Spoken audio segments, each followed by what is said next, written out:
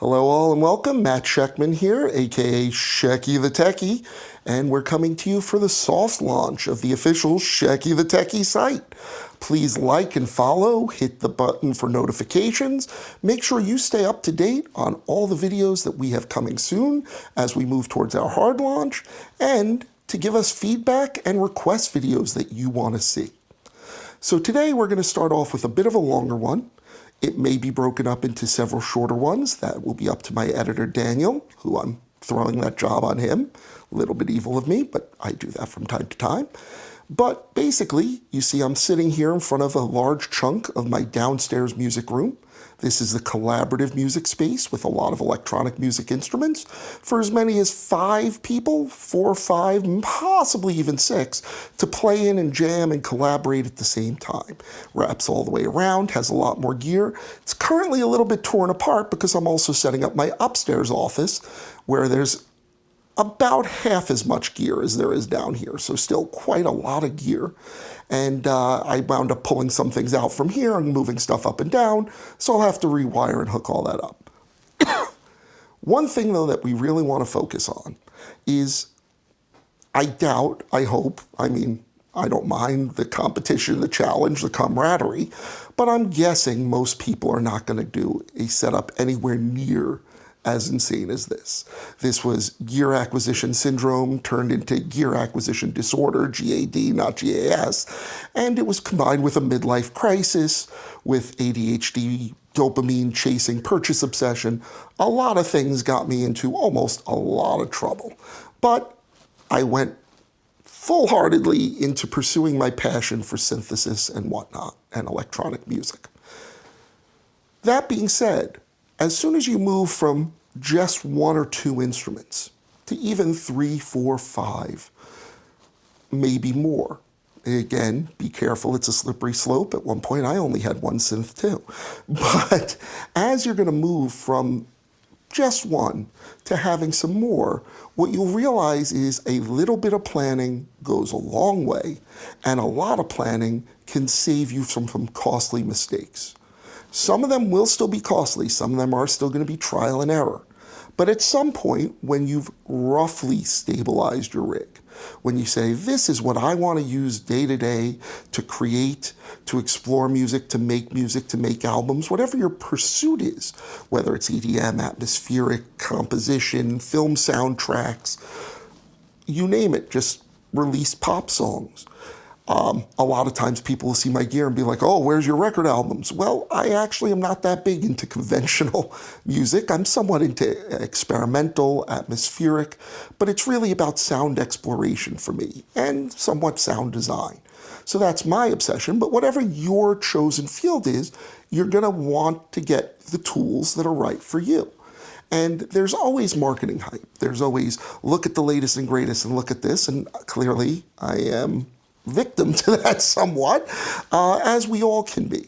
But you're going to really want to dial in on what works best for you, and then you're going to reach that point where planning becomes part of that process. Too often, people acquire gear without considering the additional complexities that need to go into it. Okay? So how do you plan out a studio this size, or even just 3, 4, 5 instruments at a time? What do you want to plan for? What order do you do the planning? What are the concerns to entertain? And how do you build the most flexible rig? My goal in setting this up, and it's where it's very different. I'm sure there are several people with bigger collections than mine. Mine's certainly up there, but I know for a fact there's people with much bigger synth collections than mine. There's only a couple of other ones that I know of, like me, who have done the work of having all of these, and of course currently they're not, but will soon be again, hooked up. So that if I want to hear, play, record any of these devices anywhere, I could walk over, I could bring up my iPad, I could go over to the mixer, punch up a couple of settings, move a couple of channels, do some settings on my MIDI patch bays and matrices, and any one of these devices, this keyboard controlling that synth, this keyboard controlling that synth, any of the devices can control any of the other devices, any of the devices can be monitored, they could be set to in-ear monitor mixes for other artists I'm collaborating with, and they could be recorded, both locally here as well as upstairs in the office over at Dante Music Network. That takes a lot of planning, and that is where we're at. But the good news is the work that goes into planning something that big is very applicable to even smaller setups. And if you start building from a structured standpoint, what you'll find is you're less likely, can't say will never happen, but you're less likely to hit what I call the disaster point. And the disaster point is you have what you're enjoying, you're using it, but you think there's one or two more tools I want. And price, opportunity, used one comes up that you're like, I could get it. And great, you've now got the one or two new devices or the last devices that you're going to need to do this. Except if you didn't have a structured plan in place, you might then suddenly realize, oh crap, I'm out of inputs. I'm out of outputs. I don't know how to route from this to this. I can't control that one with this one. I have to not have this one hooked up if I want that one hooked up. Again, if you're comfortable making that trade-off, that's not the end of the world. But if your goal is to have everything usable at a moment's notice, that you're inspired, you go, I want to make something and I want to use this, this, and that. You want to come in, you want to be able to bring them up, play them, hear them, use them. Then those one or two other devices not fitting in could hit that disaster point. And that disaster point is now I have to pull it all apart, replan it all, and do it all over again. And too often, people will hit that point multiple times because we don't learn our own lessons. We hit the disaster point, we go, oh my God, it's going to take me a week now. I'm ripping everything apart, I'm doing everything all over again, I'm going to do a week's worth of work. But instead of saying, you know what, let's take 2 weeks. Let's take that real extra time to think all this out and plan. You just plan for the current setup. And sure enough, whether it's 1 month or 2 years down the road, some changes will come.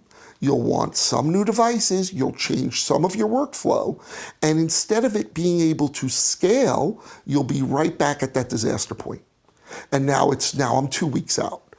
Taking that extra time, taking that extra thoughtfulness to plan now for a scalable architecture won't completely eliminate rewiring and redos, but it will make it much saner, more logical, easier to progress through, and able to get you quickly to using your new gear as opposed to frustrating that you bought one new thing and now you can't use anything. So how do you go about doing that? Well, there's no official guides. There are best practices and whatnot. But what I've found is the best way is to break it into steps. And the first step is placement. Now that seems counterintuitive. I put my keyboard in front of me. Great if you have one keyboard. What if you have 2, 3, a tier? Which keyboard do you want on the bottom? Which one on tier 2? Which one on tier 3? Which one are you going to occasionally reach for leads or for effects versus which is your favorite key bed that you want to use not just as the synth attached to it perhaps, but as your primary MIDI controller that you're going to use to control other synths or VSTs in the box that you like the feel, that it has good velocity sensitivity, good touch sensitivity, good aftertouch. Is it polyphonic aftertouch? Is it MPE? And is that a good thing, or will you have to be toggling on and off the MPE capabilities? All of that should go into the thought of just something as simple as where do I put what? And so I encourage you, starting with the blank canvas, starting with just your devices, go ahead and arrange your space. Purchase your stands. Be sure to look at those specs that we're often far too quick to dismiss. Almost every product has online its dimensions. Be careful, most of them have 2 sets of dimensions. One is the dimension of the shipping package. That's great to know if you're mailing it or paying shipping or postage on it. That will not affect your setup. But look at the actual dimensions of the object. Length, width, height, as well as weight. And start factoring those in as you're browsing for possible stands, supports, or solutions. Too often, we'll do one part and not the other. We'll look at the size, but forget about how heavy a certain device can be. And we'll find an ideal two-tiered stand if we have 2 cents. And it looks great, and it's smaller, and it's compact, or even better, it looks very attractive. You think it's going to add to the aesthetics of your space, but you didn't carefully read what the weight ratings are. Now, if you're going to put a Studio Logic Sledge on, it's big, it's bulky, but it's actually really light comparatively. Not weightless, but not too bad. If that's going to be an Arturia Polybrute 12, that weight's going to be significantly heavier. And you have to allot for that. That will also affect your decision regarding tiers. Okay? Generally, with any tiered stand system, the bottommost shelf is the one that's going to support either the biggest or the most weight, or both. And you have to keep that in mind. Where you might be perfectly stable having a Matrix Brute on tier 1 or even tier 2 on certain racks if they're built for it, it might not be able to be put on tier 3 or higher. So take into account the size as well as the weight. Take into account the layout and how deep back your knobs are. And then start thinking about tilt angle. Do you want to elevate it on the shelf? And if so, how are you going to do that? If not, how low can I go, or tilted down, how low can I go before I'm obscuring my ability to reach my hand in and turn the knobs? It seems like placing your cinch should be the easiest part. You go into it thinking, I'm going to do it really nice. I'm going to give myself a half an hour. 8 hours later, you find you're halfway done. And you go, how the heck did this happen? Well, it's because you're doing it right. Okay? And what doing it right means is figuring it out, estimating, using a tape measure, measuring, setting it up, locking it all in. One of the biggest mistakes, and I'm guilty of it as much, if not more than anyone, is you get into that hellish position where you're redoing the same thing for the second, third, fourth, fifth time. You're almost there, but it needs a slight adjustment. So you want to check, is this the right angle? And what do? You don't tighten everything down. You leave it all loose or finger tight. Because you go, I'm just checking. Even if you have 2 or 3 people helping you, and I encourage you, it's a great time to hit up a friend, pay someone to do it, hire on an assistant. It's a great time to have people there to help you, because doing it on your own, so much more challenging.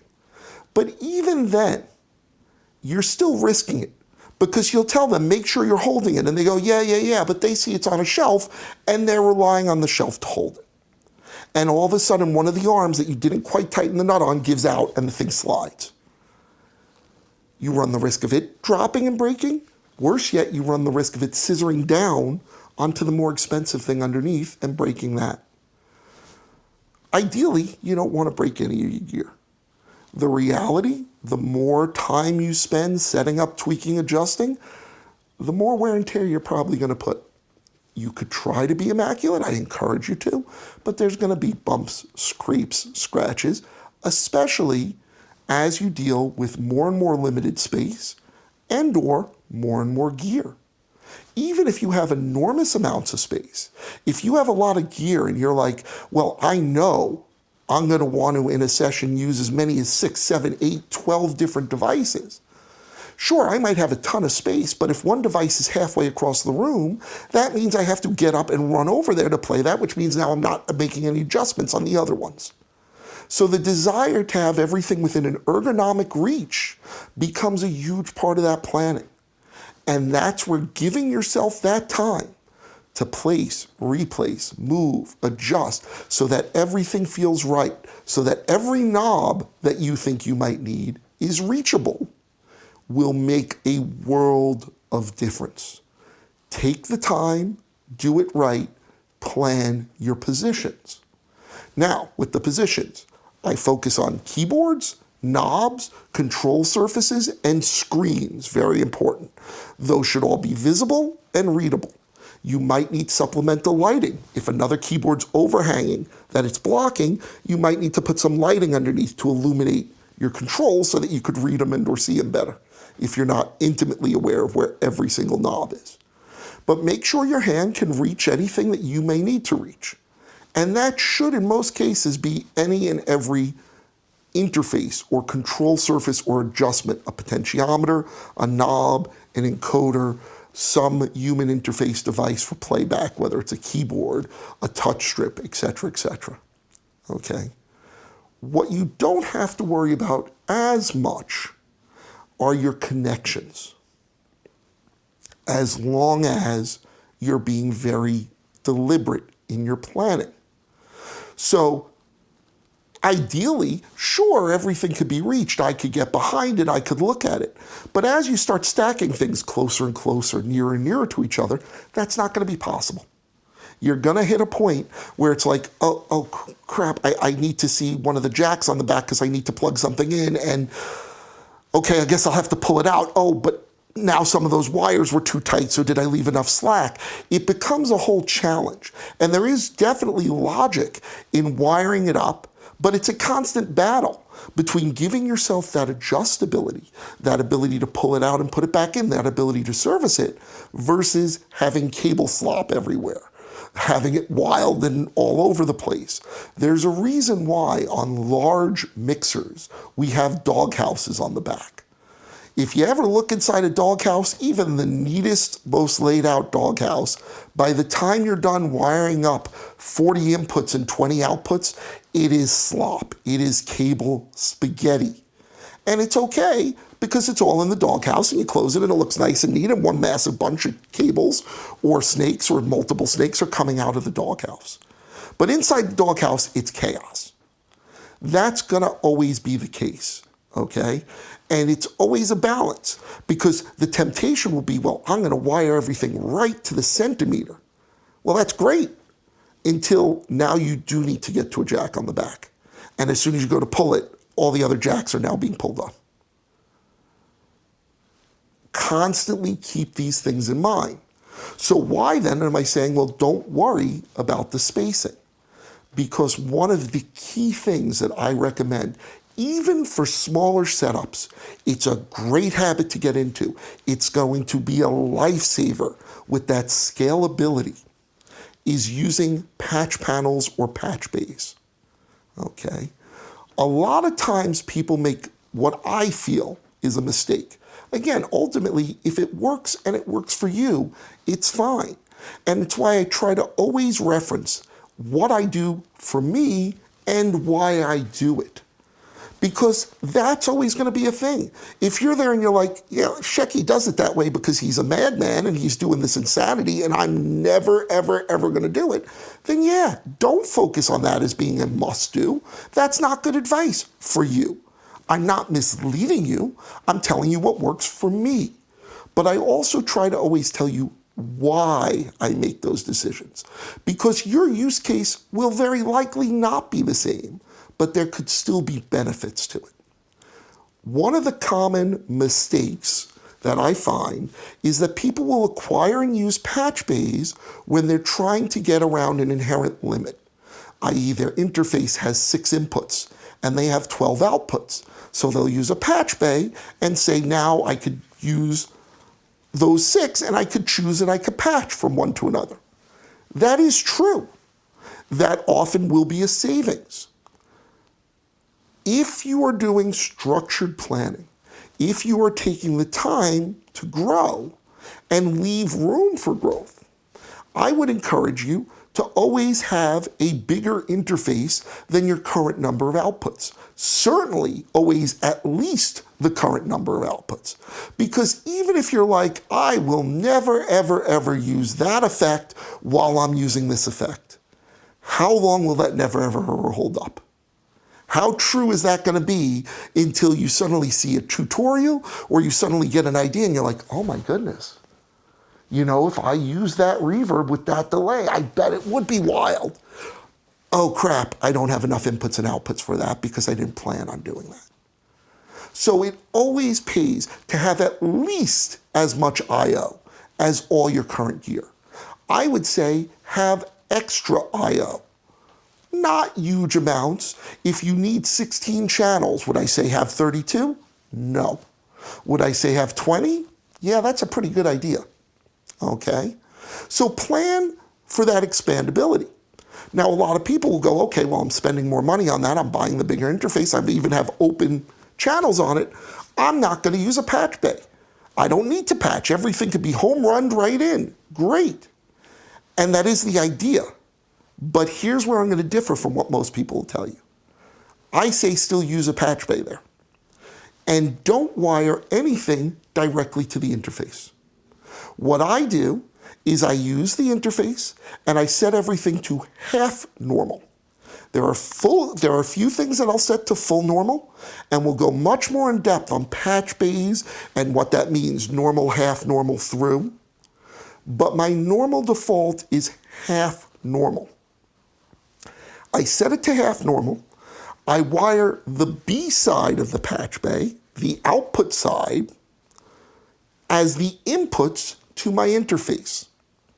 If I have an interface with 16 inputs and I have a 24 point patch bay, 1 through 16B is connected to 1 through 16 on the interface. Now, when I want to plug in my devices, again, you're going, well, I didn't need a patch bay, but we're using one here. You're going to go ahead and you're going to plug each device, stereo pair 1 and 2, mono device 3, mono device 4, stereo pair 5 and 6, not directly into the interface where we've now plugged it into the patch bay, but into the corresponding A-side jack that is half normaled. Okay? Synth 1 left to 1, synth 1 right to 2. Synth 2 is mono to 3. Synth 3 is mono to 4. Synth 4 is stereo to 5 and 6. A on the patch bay.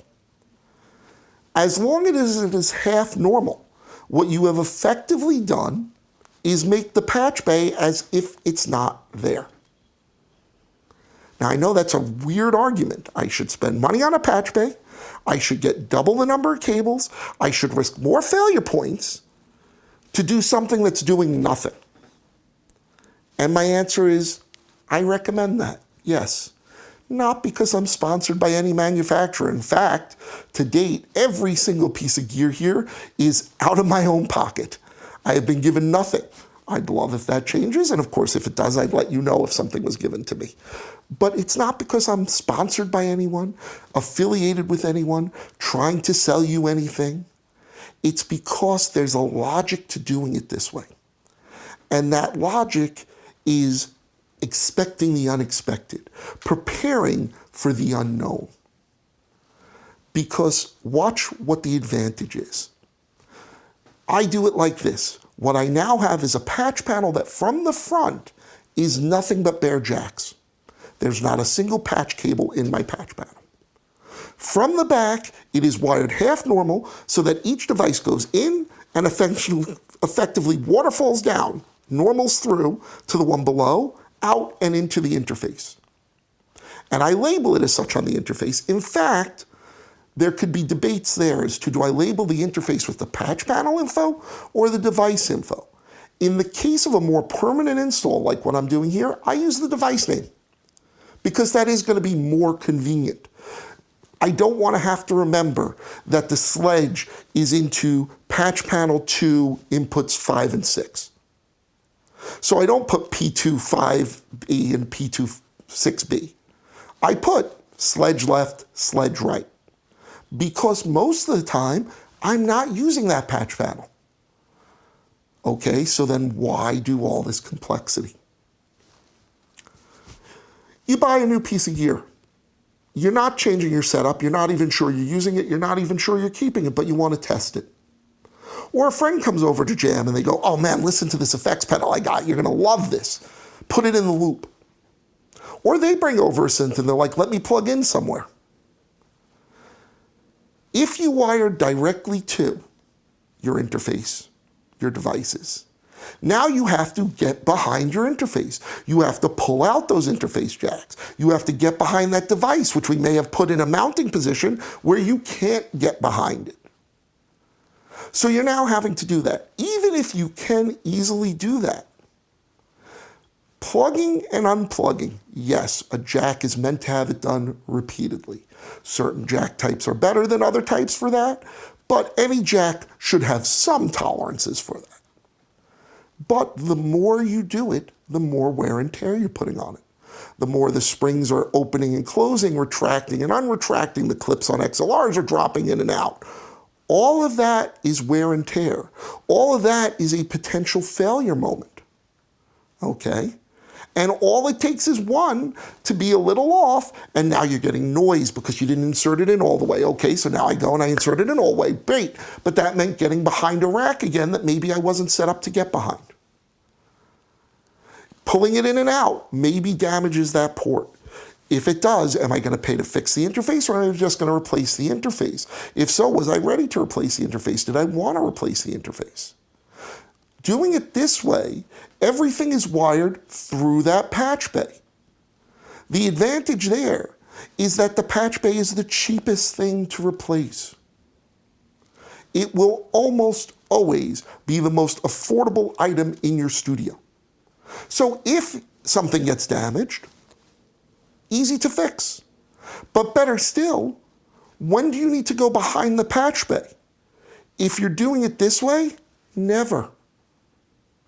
Someone comes over and they have another synth and they go, hey, I want you to hear my Nord Lead 4, you have a Nord Lead 3, you gotta hear how this one sounds better. I go, well, I'm gonna wanna A-B it with my Nord Lead 3, so I need to hear my Nord Lead 3. But we're not gonna use the sledge. I'm not playing the sledge now. So I know that the sledge is patch panel 1, inputs 5 and 6. Now I could go on the front of the patch panel, take 2 extension cords from their Nord Lead for stereo and plug it into 5 and 6B on the front of the patch panel. I've had to move nothing, disturb nothing, change nothing. All I do now is in my controller software, in my DAW, whatever inputs I have labeled as sledge are now temporarily Nord Lead 4. And I still have my Nord Lead 3 patched exactly where it is, and we can A-B and compare patch for patch, note for note, oscillator for oscillator, whatever we want to do. It lets me do all of the patching, all of the connecting from the front of the patch panel. And that's where the patch panel doesn't have to be super accessible, but it should be easily accessible in an open place. So a lot of my racks, especially up in the studio, especially here, are on low shelves or are tucked underneath tables. But as long as the front of the patch bay is right there, I could easily enough bend down, plug in, boom, I'm patched now. It gave me that ability. Half normal versus full normal, and we'll go over what that means more, but just know what it means is this. In a half normal, it means that if I plug into the B side, it's going to interrupt the flow. So I'm plugging into the B side of 5 and 6 that the A side is the sledge. That means even if I'm playing the sledge, I won't hear it because it's coming in and it's being interrupted because it's half normal and something is in the B side. So it goes, nope, sorry, not sending your signal through at all, taking the signal from the front, putting that into the back. That's very useful. In a full normal, it will do that same behavior for both. If I plug in top or bottom, it'll cut it off. Now, of course, plugging an output into the top wouldn't work because I'm now plugging into the top and I'm there. It could work if I'm full normal, but that's a weird sort of way of doing it because then I'm hoping on the normaling still working from the front. Not the way to do it. Okay. The difference with a half versus a full normal is with a half normal, if I plug a jack into the A side, it will maintain that normaling. It will still feed whatever is in the back A through, but will also output, not input, output that front jack a duplicate signal. It's like putting a physical splitter in line. Why do I do everything by default half normal? Because again, 90% of the time, maybe even 99% of the time, I'm not patching anything. But now let's say something comes in and it's an effects pedal. I want to hear what's my sledge going to sound like through that effects pedal. Now, sure, the effects pedal probably has a wet-dry mix on it, but I really want to be good, and hey, I've got the DAW channels here. I want to hear the wet mix separate from the non-affected mix, a true bypass essentially. Instead of having to A-B, switch on, switch off, I now go into the A side, and I use those outputs from that A side into the inputs of the stereo effects unit. What this means is that 5 and 6 are still now going through. They're still being patched into my interface, 5 and 6, labeled sledge, come in as sledge without the effect at all. The exact same signal is at the same time being duplicated and sent through to the inputs of the effect. Now the outputs of the effect, I don't put on 5 and 6. Maybe that I put on where the Nord is, 1 and 2, because I know I'm not going to use the Nord now. So now I know that the wet, the affected version of whatever I'm playing on the sledge is now coming into inputs 1 and 2. On my DAW, they're coming in on channels labeled Nord left and right. They're now actually sledge effect left and right. And at the same time, I'm recording an unaffected version. So now I'm able to patch in effects loops without having to break any patching, without having to reach behind, without having to pull cords. Even if this is something you only do occasionally, think of how much work is involved in that, how much rewiring it is, versus that convenience of literally outputs from the new device, which I put right here to the side, right into the front of the patch panel. That's why I recommend running things that way. So that is how we're going to wire things up. Now, I jumped way ahead because we were at analog input wiring, and we're not to that stage yet. If you recall, back when I started, this was the placement stage. But the reason I mention this is why, if you are planning this type of work through, you don't have to worry about are the jacks accessible. Because what you do instead is you plan for when you get to your wiring phase of wiring every possible jack down to your patch panel. So now you could cram things in as tight as they could go, as far back as they could go, with never having to worry, can I reach it? Because once I ring it out, once I know it's working and good, I don't have to reach it. I don't have to service it. I don't have to change it. It's through to the patch panel. If it's something I use all the time, it's through to the patch panel as a half normal. If it's something that I'll only use occasionally, or might only need once in a blue moon, like a headphone jack that's not easily accessible on the device itself, I'll wire it as a through. That means the patch point is literally just taking the back patch point and putting it through to the front. But that still is great, because when you have a rack of gears like this, sure, I could bring each one up in my mixer or my interface and listen and monitor there. But I don't know maybe if I'm hearing stuff the interface is doing. Maybe the interface settings are wrong. If I want to make sure, is this outputting, does it sound right, there's always an advantage to plugging right into a device's headphone port. If the keyboard manufacturer was what I'd like to think smarter, and they made the headphone port on the front or accessible, no problem. And I don't bother wiring those to a patch panel. But a lot of them put it on the back. Again, they figure you have 1 synth, 2 synths, not a setup like this, not a tight setup. Great if that's the case. But if it's not, then even in a looser setup, you're doing the feel behind. Where up there it is, that's the headphone port, that open one, and let's hope it was the headphone and not the pedal that you plugged into. Or worse yet, a TRS that's for MIDI. That'll sound real fun in your ears. I promise you, please don't do that. So what I'll do instead is I'll wire those headphone outs, because the patch panel is TRS. That's meant in most cases for a balanced connection, but it means it's carrying 2 discrete signals per jack. So you could put stereo on a single jack. I'll wire that down, and there it doesn't matter if I'm to the A side or the B side, because I set that number on the patch panel as a through patch. That's done through switches, normally on the top, sometimes on the front, sometimes behind, but that's where you set this. What a through means is whatever it is, if it's in 12A, it's going to come out on 12A on the front. If it's on 12B, it's going to come out on 12B on the front. A and B are totally separate. The only connection is from the back to the front. But by wiring that, if I wire each of these down to a patch bay, now I could go, well, let's hear the sledge. I'm in the sledge's headphone jack. Pull it out, let's hear the Nord. I'm in the Nord's headphone jack.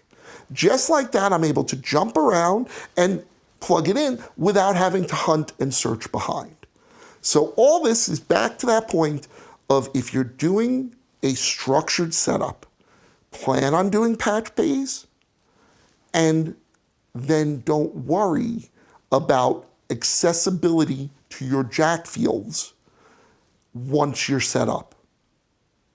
Leave room, obviously, for your jacks. Plan on if you need right angle connectors.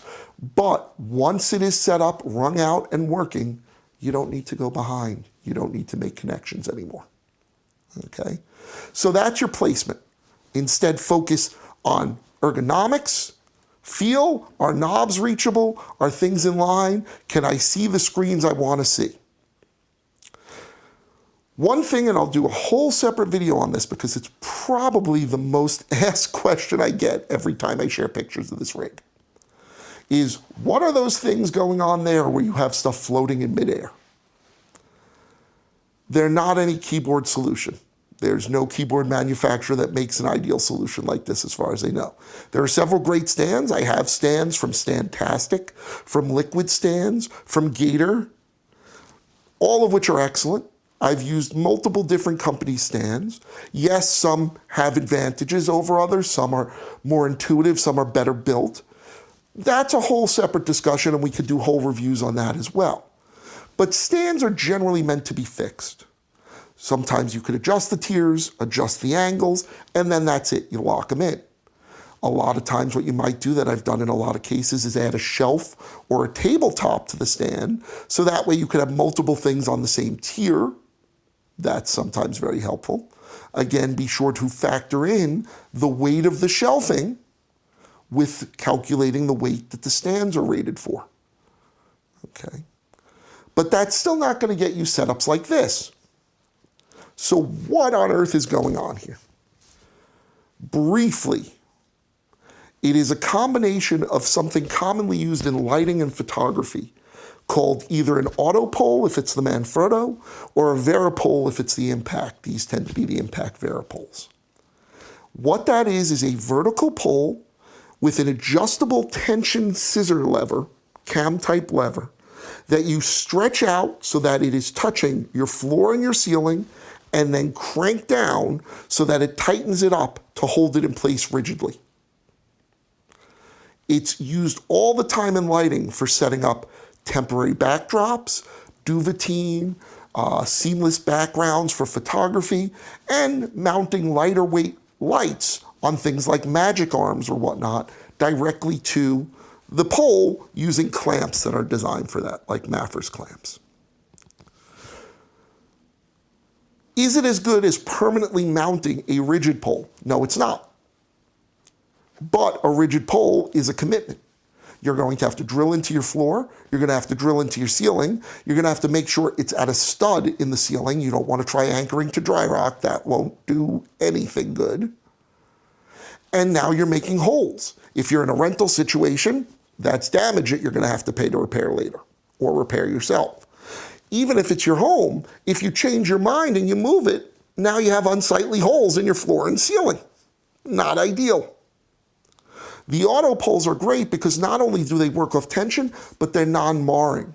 They're meant to be set up as temporary things, even if I am using them essentially as permanent install. But they're not going to create much, if any, damage to the floor or ceiling. They're surprisingly rigid. And one of the advantages is none of the loads that you will be putting on it are in an axis that compromises its integrity. As long as everything is on the lower half of the poles, that is a fixed pole, it's taking that weight down into the floor. It's not compromising anything. It's not pulling down from the top where the tension's holding it in place. Now, almost all your other forces will be off axis, but that's fine. That's pulling this way and this way. As long as your tension is tight enough in the vertical, you're going to be fine. Obviously, test it thoroughly first. You might have to adjust it. Most of these I've had to adjust, crank down certain clamps tighter, adjust the grip on the cam. But you could set it up that way. So step one is putting these poles in place. Step two is buying monitor arms or laptop arms. One's meant to go on desktop mounts with a little pole on them, where it clamps onto the pole and it lets you swivel. Some of them are just horizontally adjustable. Most of them will have a vertical adjustment with either a spring or a gas charge shock in it that will hold up a certain weight. Again, read the weight ratings. Also keep in mind, if it's the weight rating for a monitor and and it's at 15 pounds, and you go, well, that's perfect. I'm going to put a synth on a laptop tray, and that is the next step. That's the trick. But I'm going to put a synth on a laptop tray, and that synth, let me look it up, weighs 14.1 pounds, and the tray weighs 0.9 pounds. I'm right at the max, but I'm okay. Not likely. Because the monitor, it's planning on all that weight being in one plane. If I'm putting a tray, I'm extending it further. This is physics now. It's force times a moment arm. It's a lever. Especially now I start pushing buttons here, it might not have the ability to counter or support that weight. So you need to keep that in mind. Leave yourself padding. If you're leaving yourself overhead, if it's rated for 20 pounds and you're putting 12 on it, you're fine. If it's rated for 18 and you're putting 17 and a half, maybe not the best plan. But what this lets you do is you can then place devices. Some synths, by the way, have VESA mounts right on them, like this Mad Sound Factory drop, like a lot of the Electron gear, the Syntac, Digitac, Digitone, both 1 and 2, Analog Heat FX, they all have it. Certain Waldorf ones, my Iridium, my M, and my Kyra all have VESA mounting holes on the back of them. Those are great because you could literally mount the whole device right on the plate of the arm as if it was a monitor. And now you have insane levels of adjustability. You have up and down on the articulation of the arm. You could tilt back and forth. You could rotate. You could tilt and rotate. For setting up ergonomics, it is ideal. It lets you not only get it right, but get that ability to constantly adjust it. As opposed to those keyboard trays where if I'm adjusting it, now I have to take it off, I have to undo each thing, I have to redo it, I have to remember to tighten it, because if I don't, we know what could happen. So even though I want to just check, tighten it all back up, it needs another 1/4 inch. Very frustrating, could take forever. This solution is great because literally if it needs to be nudged a little, okay, nudge it over a little. Maybe I swing it back, maybe I swing it forward, maybe I rotate it around, maybe I tilt it. It gives me that enormous flexibility. And so it's a very convenient way to work on ergonomics. It will take you a while to mount all those monitor arms, to mount the trays on the arms. First, you're going to put up your Varipole or Autopole. Then you're going to clamp your arm, could be a 1-section arm or a 2-section arm, to the pole.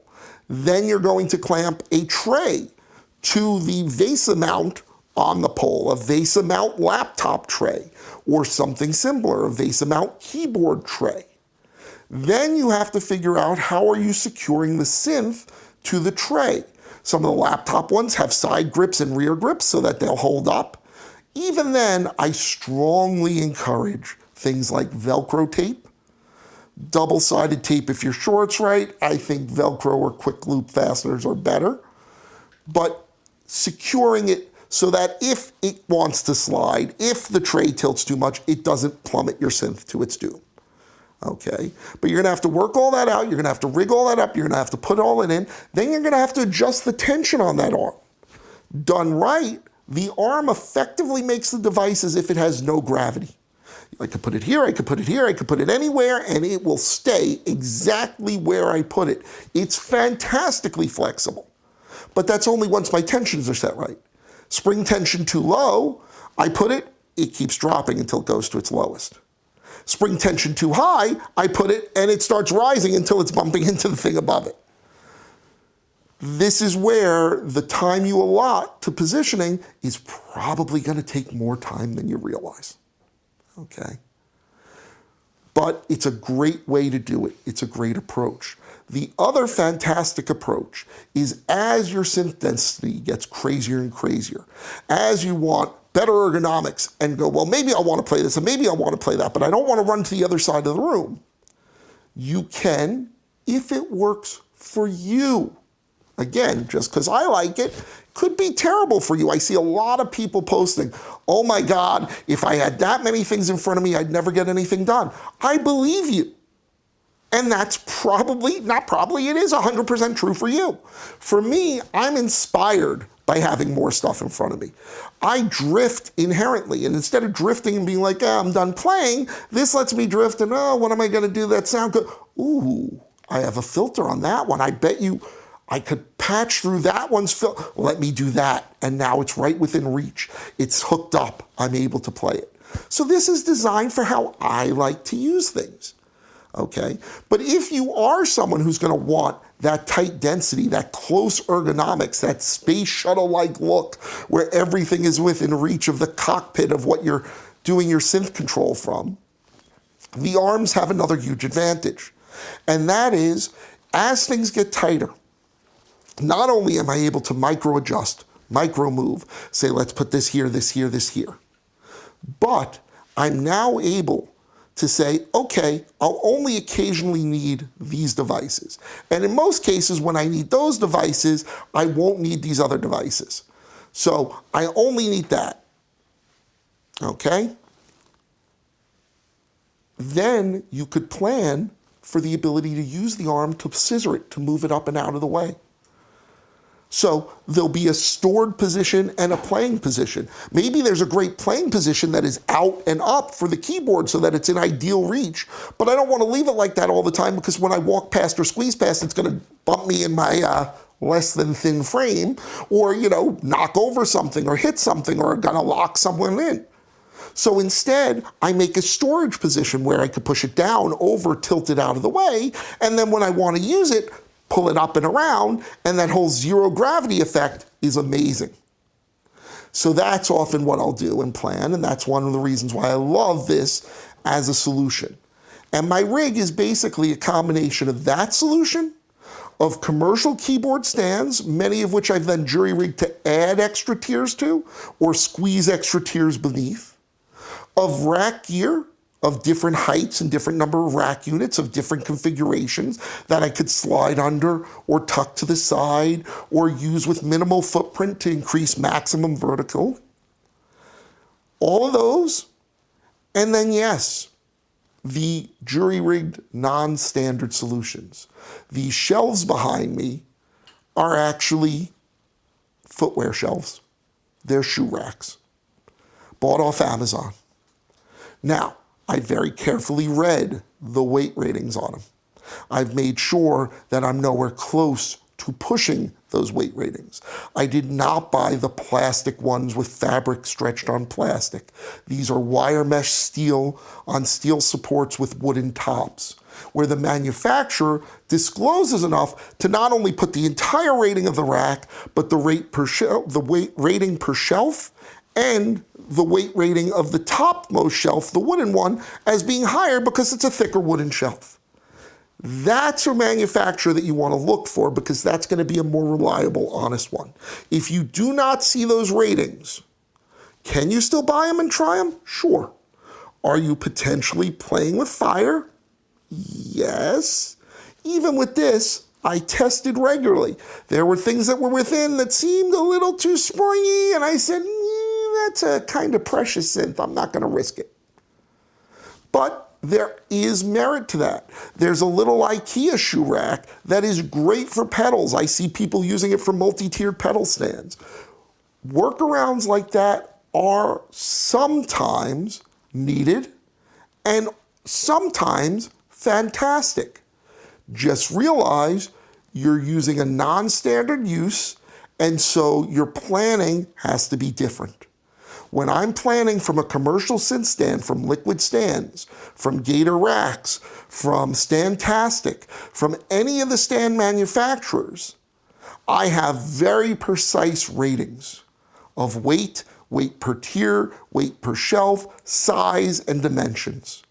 I can pre-plan most of it.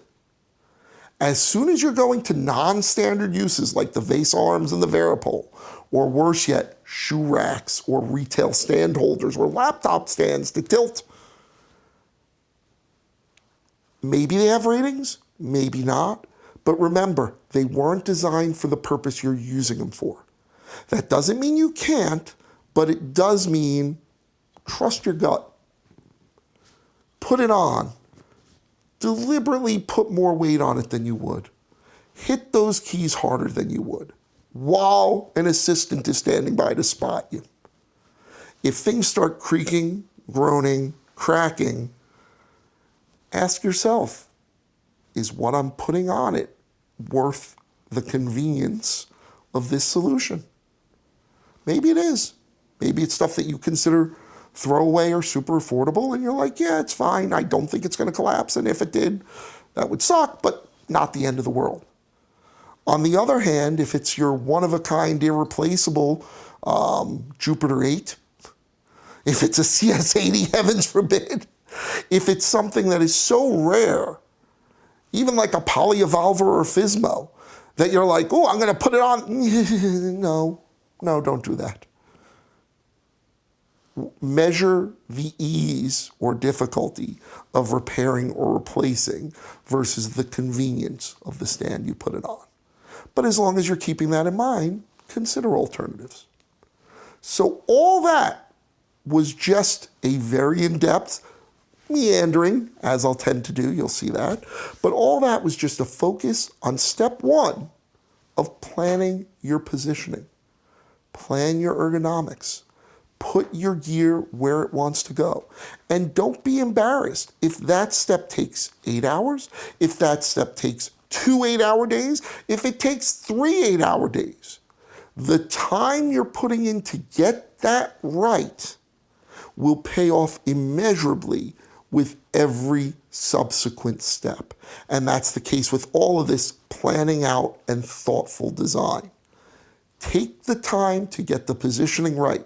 The good news is if you want to show off and brag and say, look at my crazy studio, once it's right, you could take pictures. Even as you're working on it, you could take pictures, and then you sit and you go, that's not that real. Okay, I'm going to move that one here and this one here. Fine, share if people want them. I've been very entertained and grateful that certain people have been very intrigued by or interested in the posts I make, and hopefully will continue to. I love answering questions, any question, from what the hell is that device to why do you have that to why do you have these two things together. I'm happy to address all of it, of course, always with that grain of salt that it's for my workflow, for my use. But I've also had people be like, I'm sick and tired of seeing your pictures. I don't know how sick and tired you have to be that you then saw a need to make a post on it instead of just ignoring it and moving on. But that's your decision. I'm not going to fault you for it. You're entitled to it. But what I'm saying is if this is something you want to do and share, the positioning part lets you do all that. Of course, the dark secret is none of it actually works yet. You haven't gotten to power, which is the next step. Then signal, being the analog or sometimes digital signal. And we'll cut there. Picking back up, the steps in the process. 1, placement. That's what this whole section has been about. Placing ergonomics. Step 2, which will continue in the next video so that these videos are not infinitely long, power, which is a much bigger consideration than some people realize, but also sometimes less of a consideration than other people do. One of the biggest comments I get after, how are those things floating in midair, or what are those things, or why, or I couldn't work that way, or those comments, is the one of, wow, your power bill has to be insane. Yeah, it's not minor, that's for sure, but it's also probably not as major as you think. A lot of people, oh man, when you fire that up, it must dim every house in the neighborhood. No, and we'll go over why that's the case and how you actually calculate power draws and why that's a hugely important part of this planning phase. So power is step 2. Step 3 is signal, normally analog signal. Start breaking up into subsets. 3A, analog outs. Mono out, mix out from mono device. Stereo mix out from stereo device. Wired, as I discussed, through patch panels to interfaces, or through patch panels to mixers, or whichever way you're going to do it, but wiring those up. Sometimes that will be digital signal as well. And so with digital signal, I normally wait until I'm at step 4, which is control signal, but you can do it as part of step 3 if, for instance, it's coming out ADAT or Toslink or SPDIF or over USB, as some things can, okay? But that's step 3 is signal. Step 4 is control. MIDI control, CV control, other control options.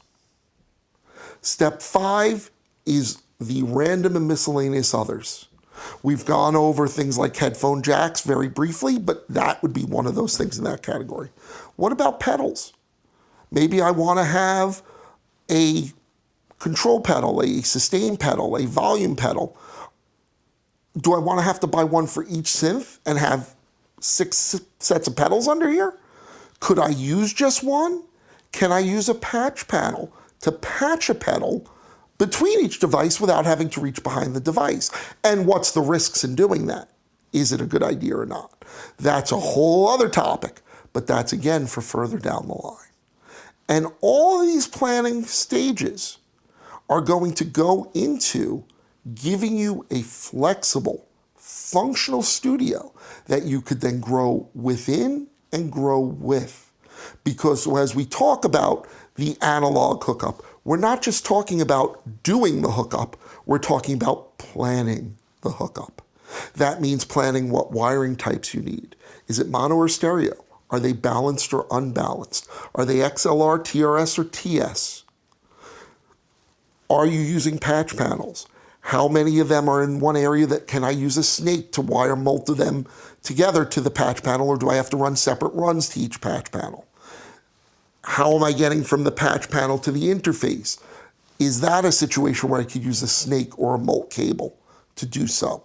Maybe I want to do really fancy and use DB25 cables going to a high density interface that takes DB25s. All of that becomes an option, but that's a huge part of the planning, not the least of which is seeing, do I have the number of inputs and outputs that I need for my current gear config with a little bit of overhead, ideally. If I start saying, well, I have this and this and this and this, and that's 22 inputs I need. So again, discussing that idea of the planning phase and planning for your analog I/O is a huge part. Add up your synths. How many total analog audio inputs do you need? Make sure if you're buying an interface that you're buying one that can handle that, or that you have a plan to scale for it. If you're using a Mac, you can do things like aggregate audio devices very easily. On a PC, it becomes a bigger challenge. There are workarounds, there are solutions for it, but again, these are things you have to plan for. Maybe you're not doing either. Maybe you're doing a whole DAW setup and it's just going into a mixer. Does your mixer have enough channels? And if it doesn't, what's your plan? You can, and in fact often will, cascade mixers. Have a sub-mixer feeding into a larger mixer. That's not necessarily a bad thing as long as you're careful about your setup, your gain structure, all of those things. It could work very well. But that is this planning phase. So all of this video, we took some meandering paths. I covered a little bit of the logic, actually a lot of, behind patch panels.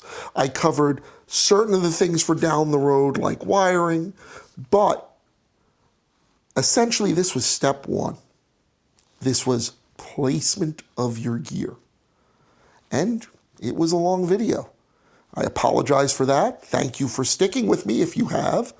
If there's something specific that somehow I've missed or haven't covered, that can and will happen. Please let me know. I'm happy to do revisions, to do second and follow-up videos, to cover exactly what it is you need. We will do videos specifically on the Varipole and Vesa mount system that I use throughout my studio space because I've had so many people request that. And it'll be a video with instruction and examples. Okay, if there's other things that you know you want, ask. Okay, I want to grow this channel with you, have my knowledge be what you want to learn, and have that nice symbiosis. So this has been step one of the process of setting up a large studio space, with large being a variable definition, from as small as 2 or 3 synthesizers to as many as the over 300 that I have both upstairs and downstairs. It's the advantage of thoughtfulness, of planning, of logic. And it takes forethought. It takes time. Give yourself that. You will find the end result far more rewarding. Thanks for watching, and we'll continue next time with power.